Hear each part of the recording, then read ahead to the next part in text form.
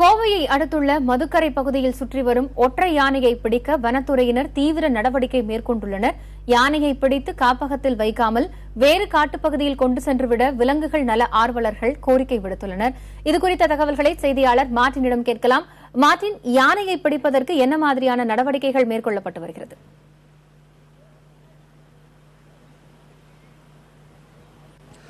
தற்சமயம் இந்த கோவையை ஒட்டியிருக்கக்கூடிய பகுதிகளிலே சுற்றி வந்த ஒற்றை யானை மேலும் 2 யானைகளுடன் சேர்ந்திருப்பதாக தகவல் தெரிவிக்கப்பட்டுள்ளது. இந்த யானை நடமாட்டத்தை கண்காணித்து வரும் வன காவலர்கள் மற்றும் கண்காணிப்பு குழுவினர் தகவலை உறுதிப்படுத்தியிருக்கிறார்கள். இன்று அதிகாலையிலே 1:30 மணி அளவிலே அறிவொளிக்கு நகருக்கு மேலே இருக்கக்கூடிய வனப்பகுதியிலிருந்து கீழே இறங்கிய இந்த 3 யானைகளும் கோவை புதூர் இங்கே இருக்கக்கூடிய கேரளா பாலக்காடு செல்லக்கூடிய மாநில நெடுஞ்சாலையை கடந்து மதுக்கரை வரை சென்று மீண்டும் இன்று காலை அதிகாலை 5:30 மணி அளவிலே மீண்டும் மலைப்பகுதிக்கு சென்றதை பார்த்திருக்கிறார்கள். எனவே இந்த யானையை பிடிப்பதற்காக வியூகங்கள் வகுக்கப்பட்டு தயார் நிலையில் வைக்கப்பட்டிருக்கிறது.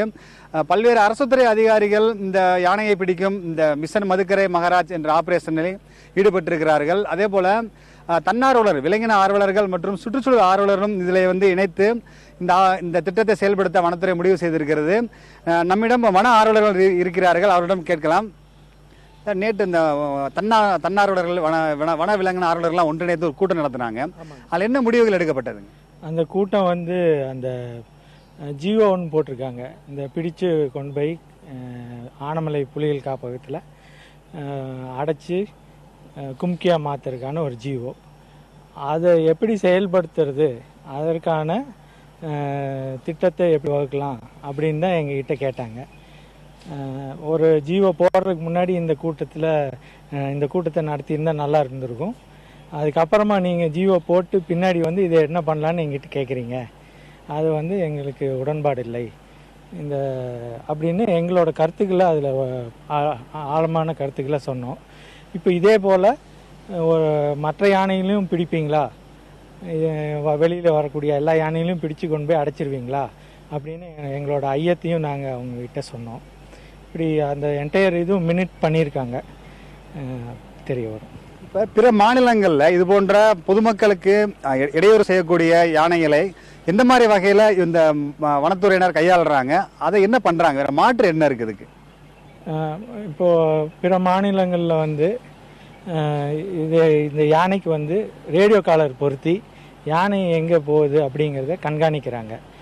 இந்த மாதிரி வெளியே வரக்கூடிய யானையில் அந்த காலர் பொருத்தி வேற ஒரு நல்ல மையப்பகுதியில் கொண்டு போய் விட்டால் அது சுதந்திரமாக அது உலா வரும், அதனுடைய இயல்பாக இருக்கும்.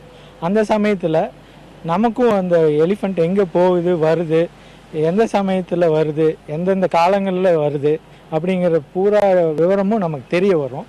அப்படி தெரிய வரும்போது அந்த டேட்டாவை வைத்து ஒரு முடிவை எடுத்தால் சிறந்த முடிவாக இருக்கும். அது இல்லாமல் ஒரு பாப்புலர் வியூவை வச்சு ஒரு 4 பேர் சொல்கிறாங்க, இவங்க சொல்கிறாங்க, அவங்க சொல்கிறாங்க அப்படிங்கிற ஒரு காரணத்தை வைத்து ஒரு யானையை பிடித்து விடுவதில் எங்களுக்கு ஒரு உடன்பாடு இல்லை.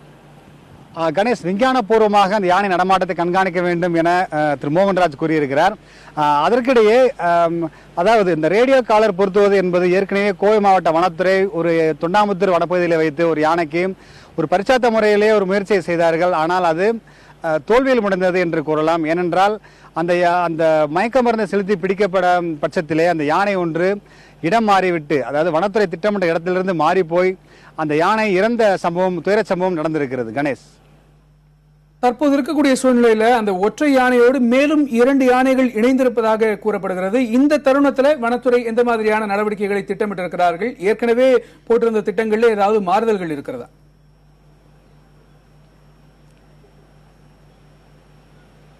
ஏற்கனவே திட்டம் வகுக்கப்பட்டிருக்கு கணேஷ். அதே நேரங்களில் இந்த 3 யானைகளோட நடமாட்டத்தை கடந்த ஓராண்டுக்கு மேலாக குணசேகரன் இங்கே இருக்கிறார், அவர் தான் கவனித்து வந்திருக்கிறார், இதனை ஆவணப்படுத்தியும் இருக்கிறார்.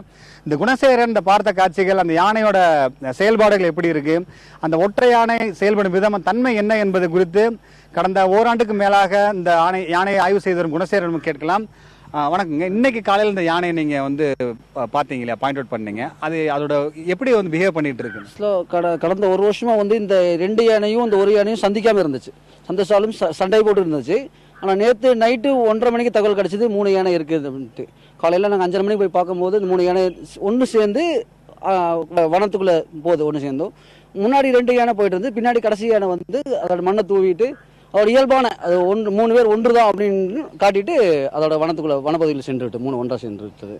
இப்போ நீங்கள் இந்த யானைகள் 3 யானைகளையும் பல வருடமாக நீங்கள் வந்து அதோட ஆவணப்படுத்திக்கிட்டு இருக்கீங்க, அதோட நடவடிக்கை எப்படி இருக்குன்னு. இந்த ஒற்றை யானை ஏன் இந்த மூர்க்கத்தனமாக மாறினதுக்கு என்ன காரணம்? இல்லை, இந்த ஒற்றை யானைக்கு வந்து வேற ஃபிமேல் இல்லை. இது இந்த காட்டில் பார்த்தீங்கன்னா ஒரு 6 எலிஃபெண்ட்டுமே மேல் தான் இருக்குது. ஃபிமேல் யானை குறைவு இந்த இந்த வனத்தில், இந்த மதுக்கரை ரேஞ்சில். இப்போ அதுக்கான மைக்ரேஷன் டைமில் யானைகள் கூட்டமாக தான் வருது. இதுக்கான தகுந்த ஃபீமேல் எலிஃபெண்ட் கிடைக்கல. அதுக்கு இது இங்கேயே ஸ்டே ஆயிடுச்சு. இந்த காட்டிலேயே ஸ்டே ஆனங்காட்டிக்கு வேற எலிஃபெண்ட் கிடைக்காதனால இப்படி ரொம்ப ஆசை இருக்கு. இந்த யானையை இப்போ மயக்க மருந்து செலுத்தி பிடித்து வேற காட்டில் கொண்டு விட்டோம்னா அந்த காட்டுக்கு அந்த யானை பழகிக்கிறோமா? கண்டிப்பாக பழகிருக்கும். இது நல்ல ஒரு மெச்சூர்டான 18 ஏஜ் அந்த சொல்லுவாங்க, அந்த பருவம் கண்டிப்பாக பழகிக்கும். ஆனால் கும்கி ஆக்கக்கூடாதுன்னு நம்மளுடைய கருத்து.